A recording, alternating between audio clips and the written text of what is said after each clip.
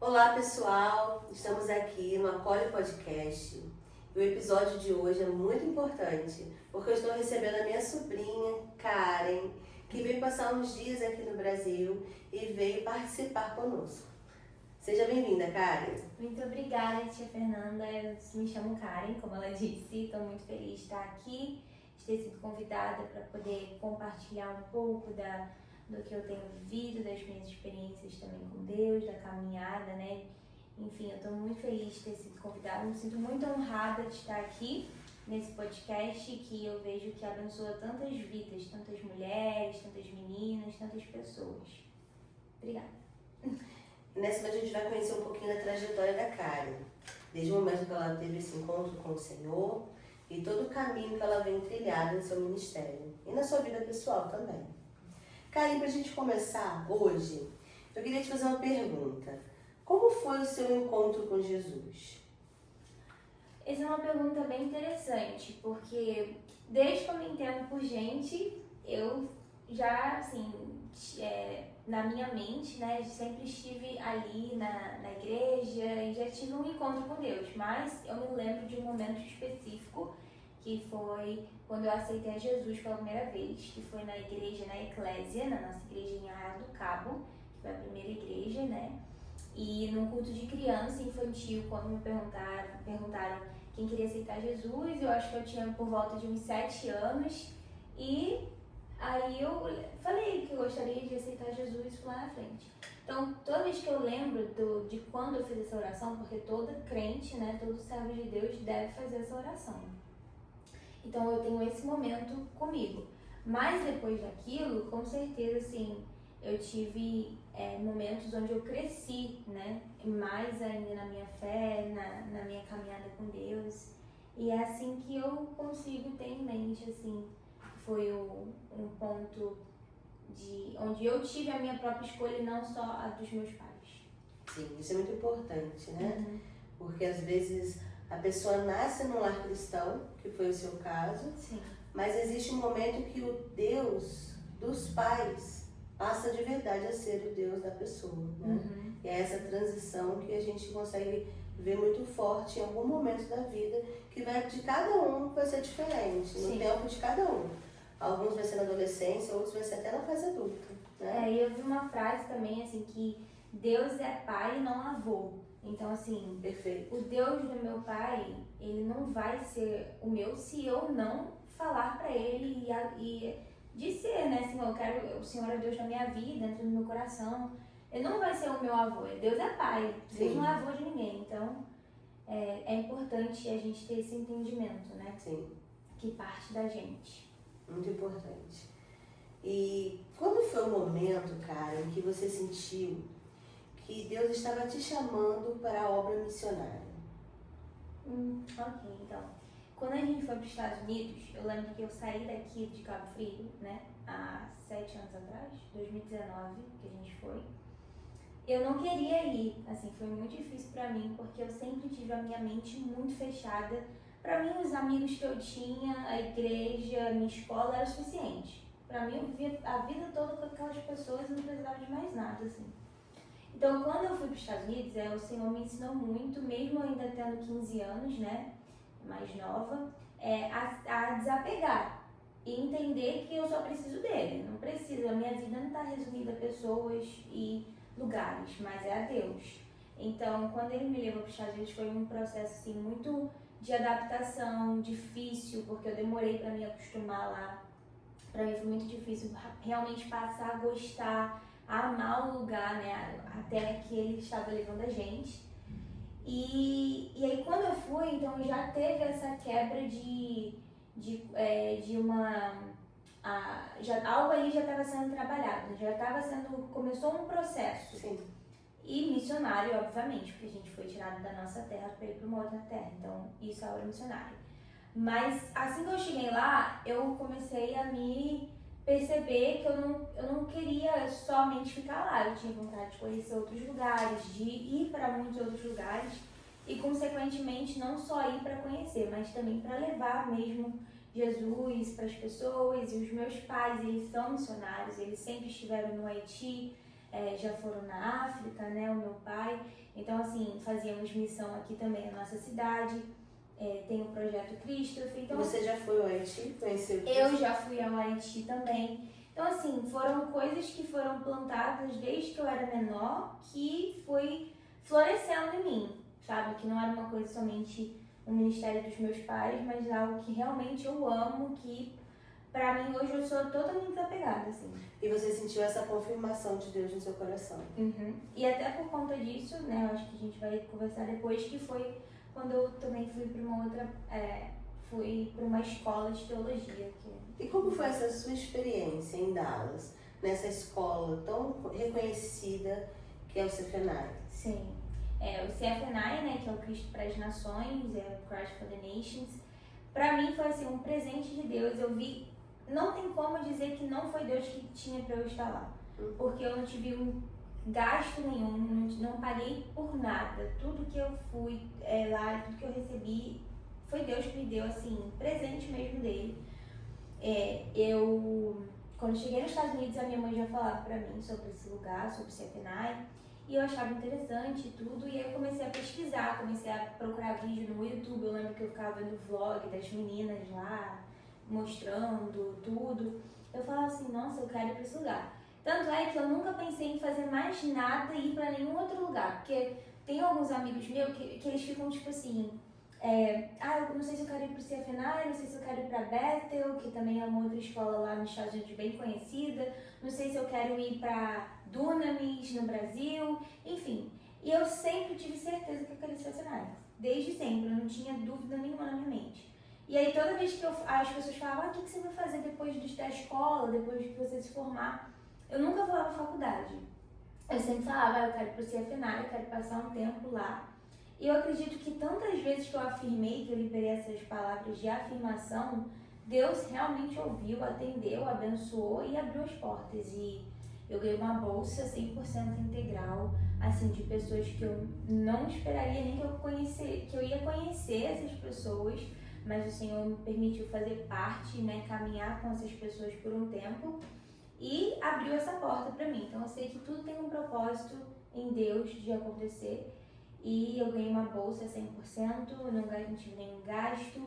E foi bem na época que saiu o nosso documento. Tudo aconteceu, cooperou para que naquele momento, realmente, depois da minha escola, eu pudesse estar lá no CFNI por um ano. E foi maravilhoso, assim, foi uma experiência realmente transformadora assim, na minha vida. Depois que eu fui para o CFNI, eu fiquei menos desapegada ainda, porque eu morei por um ano fora da casa dos meus pais, né? Tipo assim, tive que aprender a lidar com as coisas sozinha, viver uma vida mesmo sozinha. Aprender a fazer feijão. Aprendi a fazer feijão. Nossa, aprendi muita coisa. Fiquei doente sozinha. Aí a gente também vê Deus enviando pessoas, fazendo conexões, né, entre amizades. Então, assim, foi uma experiência pra mim que toda vez que alguém pergunta pra mim, vale a pena? Valeu a pena sim. O que mais te marcou lá no CFNI? Se você pudesse escolher uma circunstância, uma situação, um local que você serviu, o que mais te marcou naquele lugar?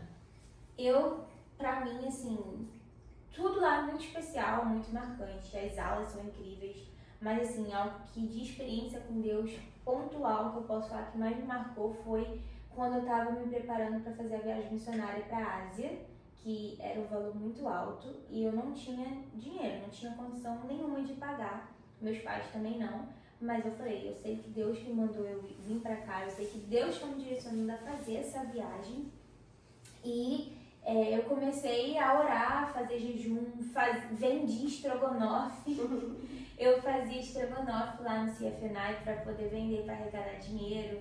Fiz doce, morango recheado, enfim, ficava também me movimentando, mas foi quando uma vez, bem no finalzinho, eu tava precisando de $1.750. E eu precisava desse dinheiro, tipo assim, muito rápido, porque se eu não pagasse o que eu tinha que pagar, eu não iria pra viagem. E aí eu fui e recebi um Zelle, né, que é Pix mesmo, coisa de Pix, no meu celular, exatamente com o valor que eu precisava, de uma pessoa aleatória, que tipo assim, nem me conhece, E aí eu fui vendo o cuidado de Deus em toda essa trajetória, assim. Porque eu sempre experimentei de milagres de Deus, só que na minha família, assim. Com a minha família alguém, em geral. Tipo, com os meus pais, com os meus irmãos, com a nossa família, mas nunca, assim, específica pra Karen. Então, nessa viagem missionária, tudo foi muito específico, assim. Todo dinheiro que chegava, eu via Deus realmente mostrando que ele estava cuidando de tudo. Até com as vendas do estrogonofe, que era um sucesso, assim, todo mundo comprava. Todo mundo ficava atrás do estrogonofe lá, porque ninguém gosta. É tudo jovem, né? Assim, nem todo mundo sabe cozinhar. E aí, estrogonofe, que é comida brasileira, era sucesso. Então, essa foi uma experiência muito marcante pra mim lá no Cefenário. Então você viveu um milagre. Vivi, com certeza. Fora também as experiências dos cultos, dos momentos das classes, das aulas, dos professores. Então, sim, tudo foi uma experiência muito forte pra mim, assim, muito especial. Karen, você fala, né, que você entendeu que seu chamado, ou um dos seus chamados, é o campo missionário. E você já fez viagens missionárias. Você já foi ao Haiti, já trabalhou no Haiti, você já trabalhou nos Estados Unidos e trabalha até hoje. E você já trabalhou na Ásia, nessa viagem na Ásia. Então eu queria que você falasse pra gente quais as experiências missionárias que mais impactaram a sua vida. De tudo que você já viveu, o que você lembra e te aquece o coração de lembrar? No campo missionário mesmo, em viagens missionárias, eu lembro da Ásia, desse último lugar, porque teve um país específico. Nós fomos na Tailândia, Vietnã, Camboja, e teve um país específico que foi o Vietnã. A gente sempre é aconselhada a não falar muito das coisas que aconteciam lá, mas a gente levou para as pessoas daquele lugar Bíblias, e que lá é proibido, você não pode publicamente falar de Jesus e elas não têm acesso à Bíblia. Então, assim, a gente teve a experiência de cada missionário tinha 27 Bíblias para esconder dentro de uma mala de mão. Imagina, dentro de uma malinha de mão, 27 Bíblias escondidas para você passar num aeroporto. E se apitasse qualquer coisa que estivesse na mala e eles fossem revistar, poderia ser um problema. E eu lembro que antes da gente ir pra Ásia, eles não falaram abertamente. Legal que ela conta isso pra ti, assim, depois, né? Mas eu também fui sem saber disso claramente. Eles falaram, a gente vai ter missões lá que não são fáceis, mas vocês estão dispostos, então a gente estava, enfim.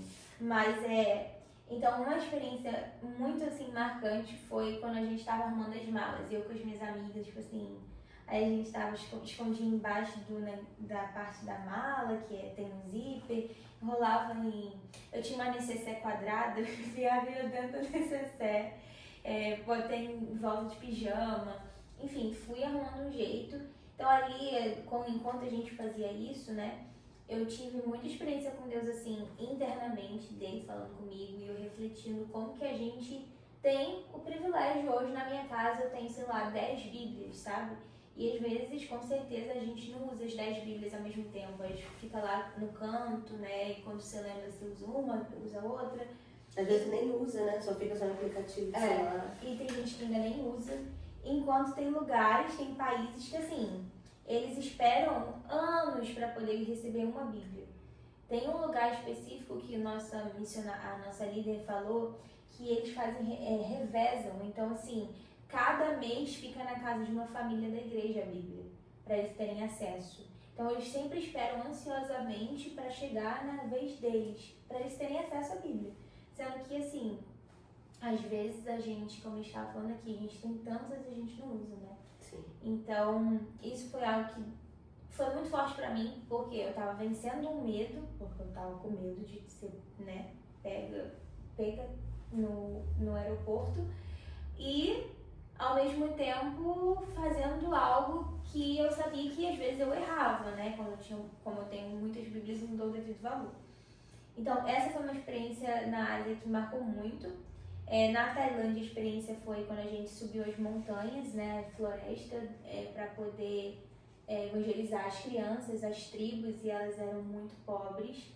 Então, você via aquelas crianças pobres querendo, a gente levava presente também, levava comida, e também elas não conheciam a Jesus.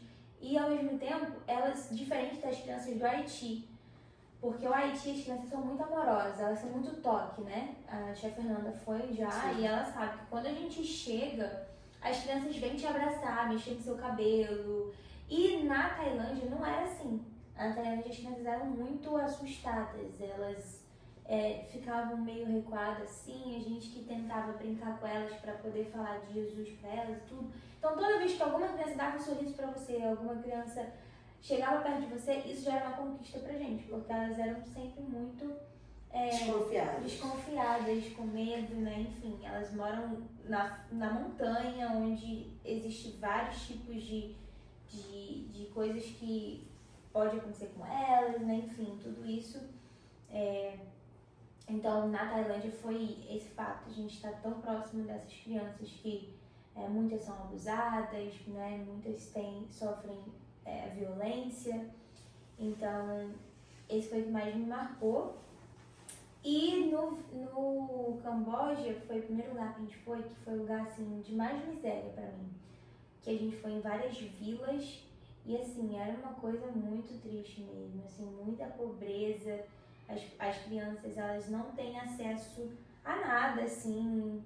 É como se elas vivessem num mundo, o que a gente tem, o que a gente vive, tanto no Brasil, tanto nos Estados Unidos, mesmo lá sendo um país de primeiro mundo, mas até mesmo no nosso país aqui, o Brasil, o que a gente vive aqui nem se compara, parece que é uma outra realidade completamente diferente para elas. Então, tudo isso foi um conjunto de coisas que foi marcando muito. Sim. E quando você fala isso é muito importante, porque é uma mensagem que a gente tem que constantemente passar, né? Sim. Eu fiz um compromisso comigo de todo lugar que eu vou ministrar a palavra, eu sempre peço para que as pessoas levantem suas Bíblias, que valorizem as suas Bíblias, por circunstâncias como essa. Não que eu seja contra a tecnologia, não, de forma alguma. Mas um celular no bolso, dentro da bolsa, não leva uma mensagem. Uma Bíblia na mão leva. Exatamente. Então, quando a gente sabe de jovens que estão indo para um país para poder evangelizar e precisam esconder as Bíblias dentro da mala, porque as pessoas lá compartilham, famílias fazem um rodízio com uma Bíblia. Determinada semana fica na casa de um, na outra semana na casa de outra família, para que possam ter acesso à Bíblia. Isso mostra a mensagem que é a Bíblia. Né? Se alguém ver a Bíblia, se alguém olhar aquele livro e repudiá-lo, alguém pode sofrer uma punição. Então é porque por si só a Bíblia é uma mensagem. Então quando a gente leva a nossa Bíblia na nossa mão e essa Bíblia ela é vista por outras pessoas, nós estamos carregando uma mensagem, uma identidade. Sim. Então eu acho muito importante. Podemos ter aplicativos, vários aplicativos até no celular, com várias versões para estudo, para conhecimento, mas para levar uma mensagem, nada substitui a Bíblia, né? De papel, impressa, do jeitinho que você gosta, né? Da versão que você gosta. Verdade. Karen, o que mais te desafia hoje no campo missionário? Então, hoje, a missão que eu tenho feito, né, atualmente, é o fato de eu estar morando numa nação que não é minha, né, que é nos Estados Unidos, mas eu acredito que, assim, as pessoas acham que pelos Estados Unidos ser um país de primeiro mundo, ser um país onde a gente tem uma certa facilidade. Exatamente. Não há dificuldades, não há gigantes, e pelo contrário, tem muitos gigantes, tem muita dificuldade. E pra mim lá, o ponto mais importante, assim, que a gente luta constantemente é com a frieza espiritual. Porque as pessoas lá, facilmente, elas ficam sem ir pra igreja 1, 2 semanas por conta da correria do dia a dia. As pessoas estão sempre tão preocupadas em trabalhar, em fazer dinheiro, pelo que a nação pode oferecer, né? O que aquela nação realmente, como meu pai costuma falar, ela tem leite e mel, né? Ela emana leite e mel. Então, como a Bíblia fala, Então essa nação, os Estados Unidos, ela é uma nação assim. Porém, você precisa ter sabedoria e não ter prioridades. O que é a sua prioridade? É um trabalho ou é você realmente viver entendendo que o que a Bíblia fala pra gente, né? Que é pra viver cada dia o seu próprio mal, basta cada dia o seu próprio mal, que Deus está cuidando de tudo o resto, que Ele vai acrescentar, né, pro seu amanhã. E não é pra ficar se preocupando tanto pelo amanhã, mas às vezes as pessoas lá, elas não entendem isso, elas sempre querem ter um controle de tudo, elas querem trabalhar, fazer dinheiro, tempo é dinheiro lá, então tudo delas é sempre assim, uma rotina muito corrida, uma rotina muito certinha. E eu particularmente não gosto disso. Eu acho que a gente tem que viver cada dia e entender o que Deus está falando pra gente fazer naquele dia. Não é porque eu tenho minha faculdade, meu trabalho, que eu vou ficar tão presa nisso ao ponto de não arrumar um jeito no meu dia de fazer algo pra alguém em prol do Senhor, sabe? De evangelizar, de falar, ou que seja sair pra tomar um café, para conversar, ter um discipulado, um tempo de qualidade. Então eu acredito que o maior gigante hoje no campo missionário que eu estou presente, que é os Estados Unidos, é esse. É você não ser egoísta, é você permanecer firme, não deixar que a frieza espiritual faça parte de você. Então, esse é o maior gigante na nação dos Estados Unidos, onde eu estou atualmente. E é claro que tem muita gente que fala, mas fazer missões nos Estados Unidos, né? Tipo assim, você não prefere ir pra África, pra Ásia e tudo? A gente vai em todos os lugares que Deus mandar. Eu tô disposta a ir em qualquer lugar que Deus mandar, eu tô indo. Mas hoje Deus falou pra eu estar aí. Então, a gente já fica no lugar que Deus manda até segundo as ordens, né? Então, sim. E agora com a inauguração da igreja, né? Fez 1 ano agora, fez né? Fez 1 ano. Como é que tá o trabalho? Tem 1 ano, vai fazer 2 anos, acho que fez janeiro ou fevereiro de 2026. Mas assim, a igreja tá crescendo muito, Deus surpreendeu muito, assim, porque uma igreja brasileira numa nação americana, né, Estados Unidos, de uma língua que não é o português como a língua da nação, né, e você tá ali e ter uma igreja em menos de 2 anos, no tamanho que está a nossa igreja, avançando, crescendo, é realmente um presente de Deus. Com muitos latinos, né? Sim, a gente tem também pessoas hispanas na igreja, porque a localização da eclésia lá em Miami, Miami é uma cidade onde tem muito hispano. Uhum. Então, é muito lindo ver assim, uma igreja brasileira unindo tantas nações, né? Gente de Cuba, Venezuela, Colômbia, enfim, tantos países em um só lugar.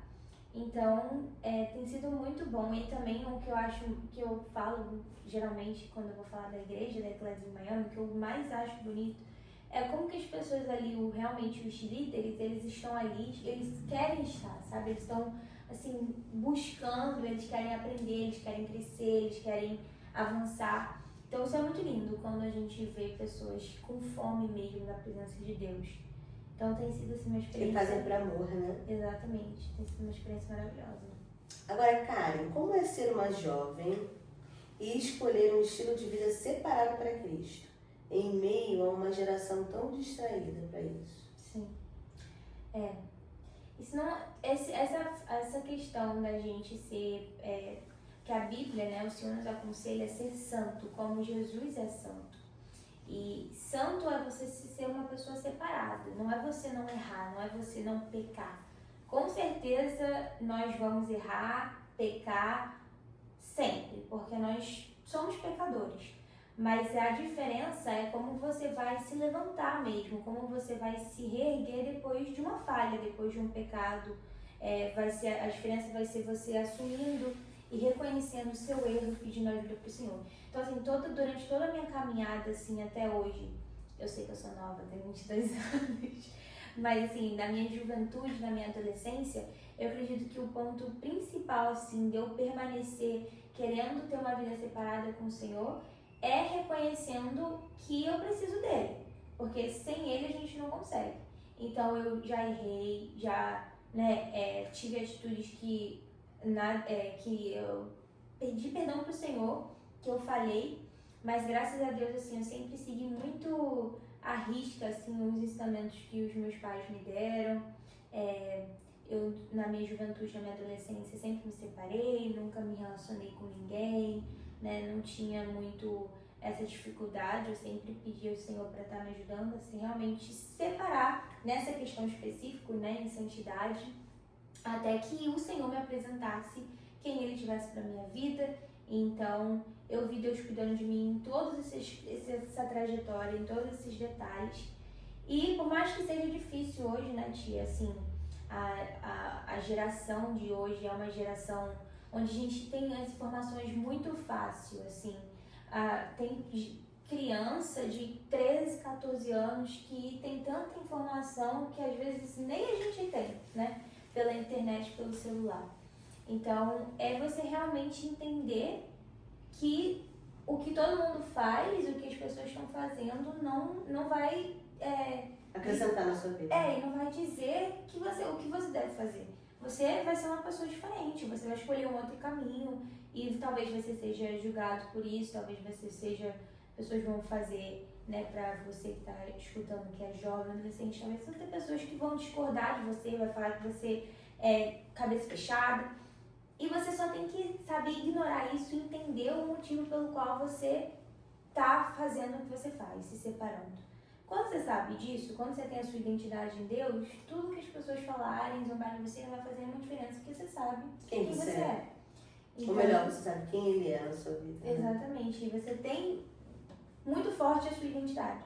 Então, o que me ajudou muito durante a minha caminhada é saber mesmo a minha identidade em Deus, que todos nós podemos ver na Bíblia que Ele fala que nós somos. Que somos filhos, amados, né, para as meninas, que nós somos meninas dos olhos dele. Então, isso facilita muito, assim, a caminhada. Conforta, né? Karen, o que você diria para jovens que sentem o chamado missionário, mas têm medo ou alguma dúvida? Então, eu diria que se você sente em qualquer outro chamado também, a gente está falando do missionário agora, mas eu acho que tem muito jovem na igreja que sempre tem, né, adolescente, jovem, que fica muito desesperado para saber qual é o chamado dele. Meu Deus, não sei se eu não sei meu chamado, não sei se é para ser pastor, não sei se é para ser missionário, não sei se é para ser levita, não sei, né? E fica nesse desespero. E uma coisa que eu observo é que todas as vezes na Bíblia que Jesus chamou, né, alguém, especialmente os discípulos, onde ele estava ali dizendo para os discípulos, né, trazendo o chamado para a vida dos discípulos, eles estavam fazendo algo, eles não estavam parados, todos eles estavam em movimento.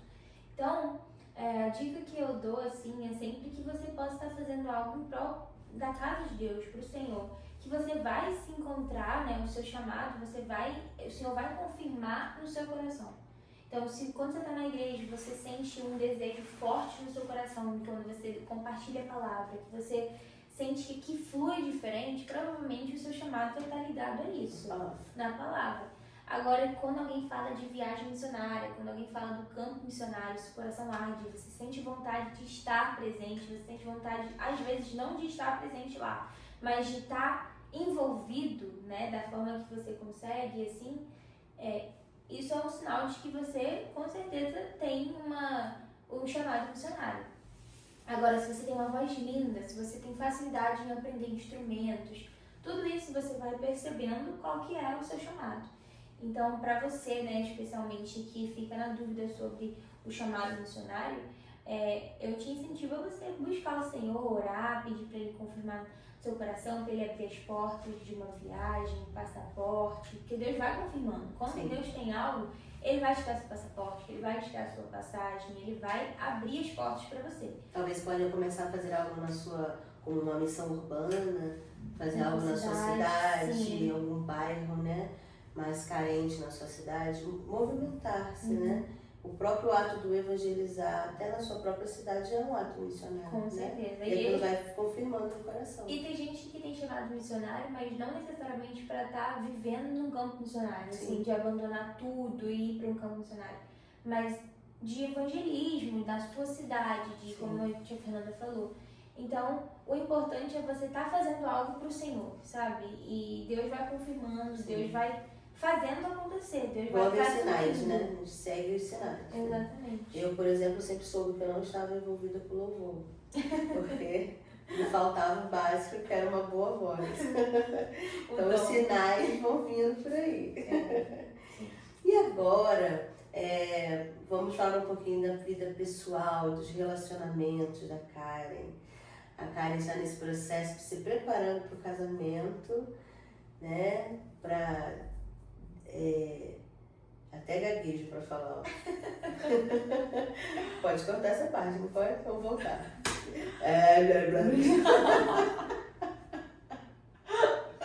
Total erro de gravação.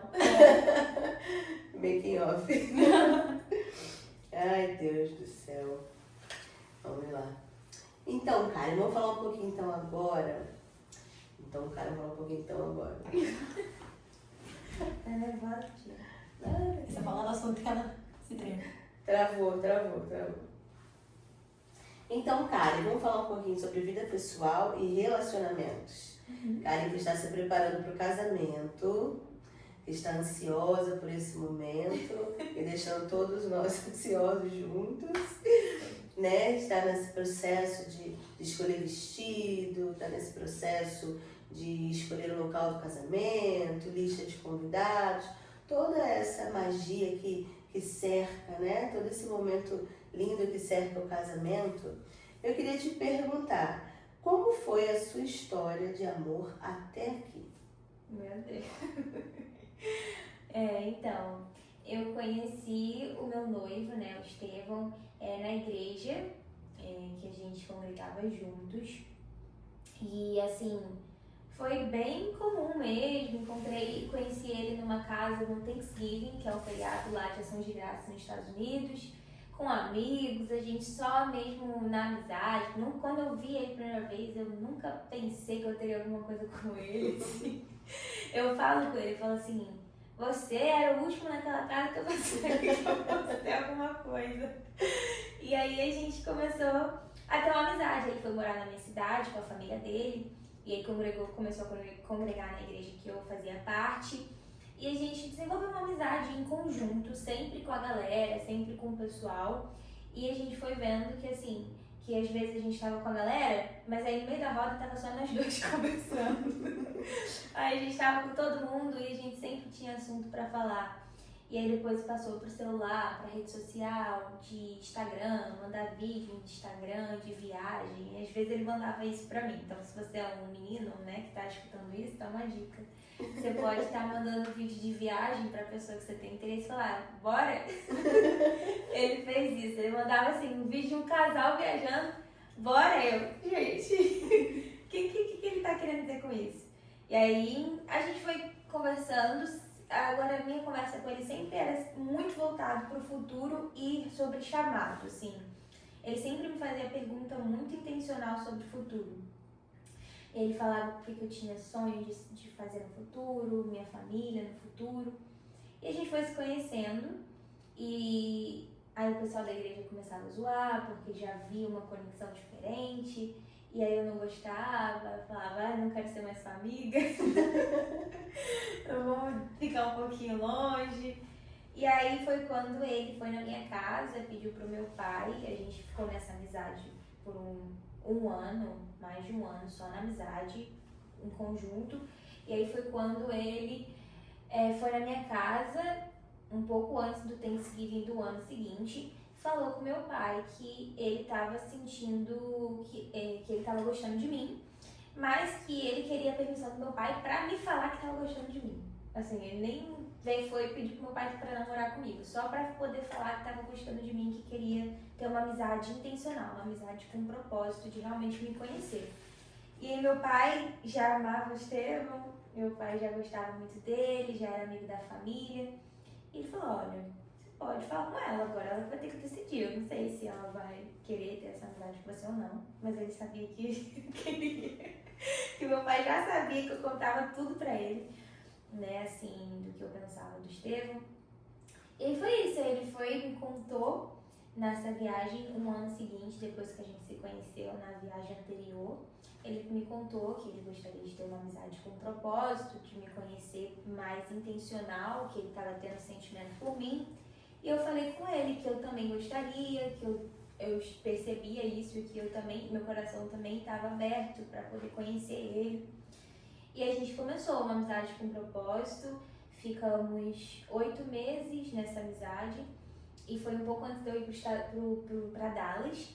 E aí, antes de eu ir para Dallas, eu acho que ele fala que assim, ele não ia deixar eu ir para Dallas sem ter uma coisa certa comigo, porque ele queria já ter um relacionamento comigo, ele já queria, né, começar a namorar e ter um futuro comigo.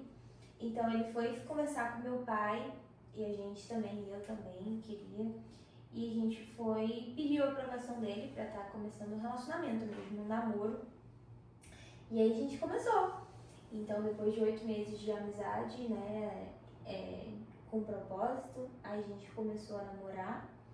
E foi tudo à distância, assim, nosso namoro inteiro foi... Todo o tempo de Sefenai vocês estavam separados. Né? Exatamente. E a gente ficou 1 mês, que foi o tempo antes de eu ir pro Sefenai, namorando presencial. Mas também eu viajei pro Brasil, fiquei 15 dias fora, então todo o nosso relacionamento foi à distância. E foi algo que eu nunca imaginei que eu iria viver, assim, eu pensei que o meu relacionamento seria um relacionamento comum, né, assim, diário ali. Padrão, né? Padrão. Mas não foi. Então, eu tive muito aprendizado ao longo dessa caminhada até aqui. Eu já errei, ele já errou, mas a gente viu que realmente não foi algo em vão, que Deus ele não fez a gente se conhecer por um acaso, mas que Deus estava juntando propósitos mesmo, futuro. Né? Sim. E de que forma vocês têm buscado colocar Cristo no centro do noivado e no futuro do casamento de vocês? Essa é uma pergunta muito interessante, assim, porque desde quando a gente começou com a amizade com propósito, a gente sempre tirava uma semana todo mês para fazer oração e leitura da Bíblia de madrugada juntos. Então esse era um tempo de nós dois juntos com Deus, né, onde a gente tirava uma semana e a gente buscava de madrugada. E às vezes ele ia pro carro dele para poder falar comigo, ler a Bíblia junto, porque na casa ele ia acordar os pais deles, tudo assim, realmente com o desejo de estarmos mais próximos do Senhor. Porque a gente sempre entendeu que um casal que ora junto, um casal que busca o Senhor junto, ele vai passar pelas dificuldades também juntos. E com Deus presente, que é o mais importante. Tá mais fortalecido, né? Sim. E eu sempre orei pro Senhor, eu falava, Senhor, eu não quero que o meu relacionamento, que o Estevão, se torne um ídolo na minha vida. O meu relacionamento, não quero que ele seja mais importante que o Senhor. Eu não quero que o relacionamento seja mais importante do que o meu tempo com o Senhor. Se eu acordar de madrugada, de manhã e dar bom dia primeiro pro Estevão, antes de eu falar com o Senhor, isso tá errado. Então, eu sempre busquei, sempre me disciplinei, até hoje eu preciso sempre estar me disciplinando a entender disso, que não pode se tornar um Deus na sua vida. O seu relacionamento, se ele passa a ser um Deus, se ele passa a ser algo tão importante para você, que é assim, mesmo importante do Senhor mesmo na sua vida, aí é muito perigoso. Sim. E quais são os valores que você acredita serem essenciais para um casal cristão viver um casamento sólido? Eu acredito que isso eu observo dos meus pais, no casamento dos meus pais, que é a transparência, o companheirismo, de você ser verdadeiro com a pessoa que Deus colocou na sua vida, né? Você ser sincero, transparente. Como eu disse aqui, ninguém é perfeito. Eu tenho erros, ele tem erros também. Mas a gente ser sincero um com o outro, abrir sempre o coração um com o outro. Tá passando por alguma dificuldade, abrir um com o outro, pedir oração, orar juntos. Eu acho que isso sempre é a base de tudo.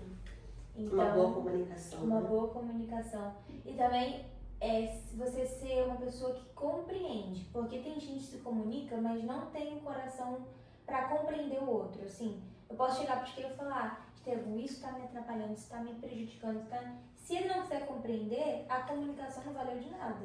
Então ele tem que também ser uma pessoa que vai compreender, né? Ser compreensível. Então eu acho que isso é a base, assim, de um relacionamento depois do Senhor, né?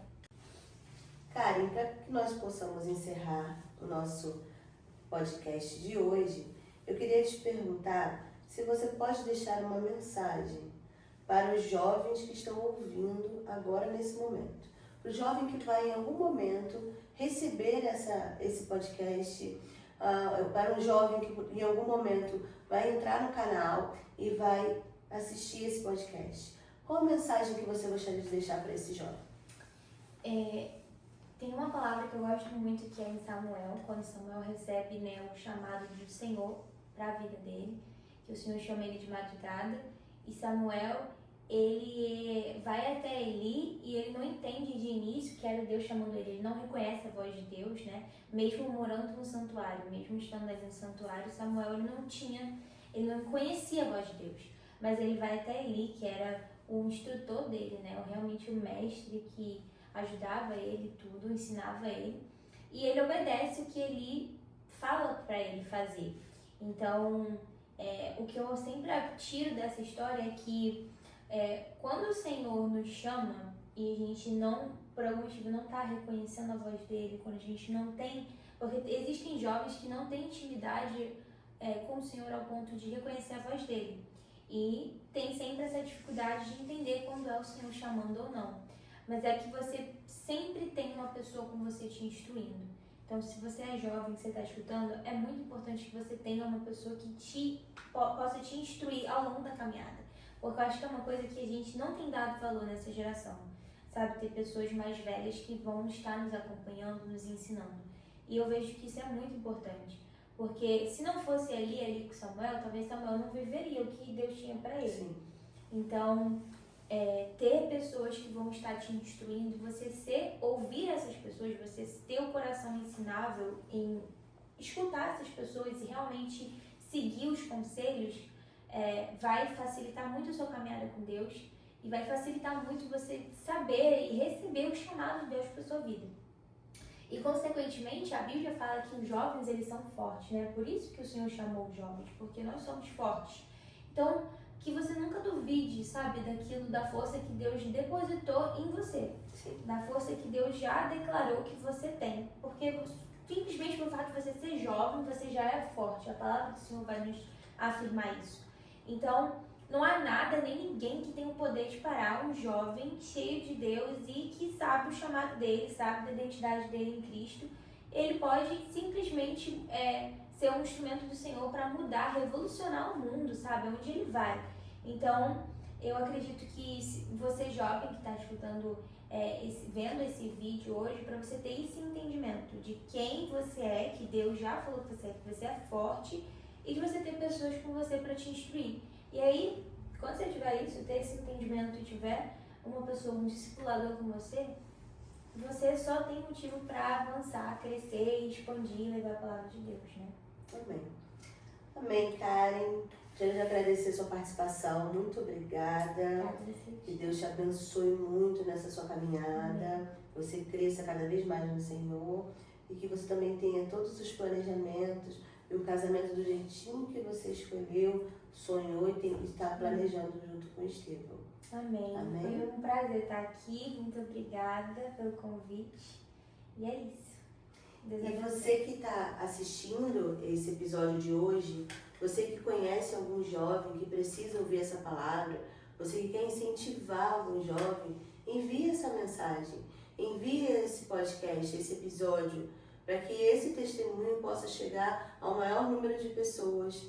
Porque às vezes tem uma casa, que tem uma família, que está precisando de um apoio para o seu filho, de um incentivo para o seu filho, e às vezes pode ser esse o método que Deus vai usar através da sua vida. Amém? Amém. Até mais.